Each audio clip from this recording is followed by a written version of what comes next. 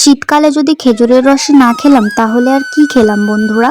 তো শীত চলে গেল প্রায়, এখন তো খেজুরের রস পাওয়াই যায় না। তো অনেক দিন পর খেজুরের রস পেলাম, তাই এখন খাচ্ছি। আগে ছোটবেলায় ঠান্ডা ঠান্ডা খেজুরের রস খেয়ে এক গ্লাস করে পড়তে যেতাম, সেই দিনগুলো যে কোথায় হারিয়ে গেছে, সেগুলো আর ফেরত পাবো না। তো যাই হোক, সেই দিনগুলো অনেক মিস করি এখন।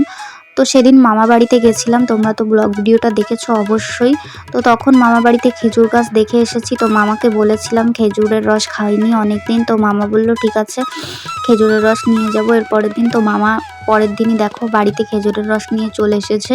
তো আমি এখন খেজুরের রসটা ছেঁকে নিয়েছি, আর ছেঁকে নেওয়ার পরেই খেজুরের রসটা খেলাম। তো তো দেখালাম, আর এই যে গ্লাসে করে নিয়েছি, এটা বোনকে দেবো আর মামাকে দেবো।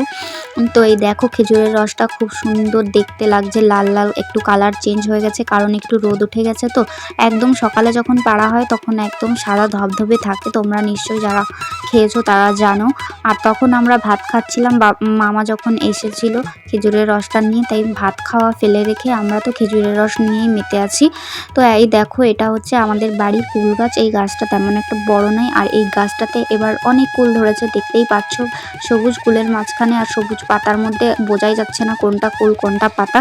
তো যাই হোক, খেজুরের রস খেয়ে এই যে আমরা এখন রোদ পোহাতে বসে গেছি, কারণ শীত লাগছিল, আজকে ঠান্ডাও পড়েছে, তারপরে রস খেয়ে তো আরও শীত হয়ে এর মধ্যে জমে গেছি দেখো। তো এরাও চলে এসেছে রোদ পোহাতে, আর এই দেখো আমার গায়ে পর একদম পা তুলে দিয়ে বাবুর মতন বসে বসে রোদ পোহাচ্ছে। আর এই দেখো এদের অবস্থাটা দেখো একবার তোমরা। শীতের জন্য এরা এখানে ওখানে ছায়ের গাদার মধ্যে গিয়ে গড়াগড়ি খায়, আর একদম নোংরা হয়ে গেছে, দেখতেই পাচ্ছ কি নোংরা হয়েছে। শীত চলে গেলে এদেরকে ধরে ধরে একদম স্নান করিয়ে দিতে হবে, দেখতেই পাচ্ছ। আর বাকিগুলো আছে এদিক ওদিক রোদ পোহাচ্ছে হয়তো। আর এই দেখো খেলা শুরু করে দিয়েছে। ভিডিওটি ভালো লাগলে লাইক কমেন্ট শেয়ার আর সাবস্ক্রাইব করে বন্ধুরা অবশ্যই পাশে থেকেও সাপোর্ট করো। আর তোমরা কে কে এবার খেজুরের রস খেয়েছো বা খাওনি অবশ্যই কিন্তু জানিও কমেন্ট করে।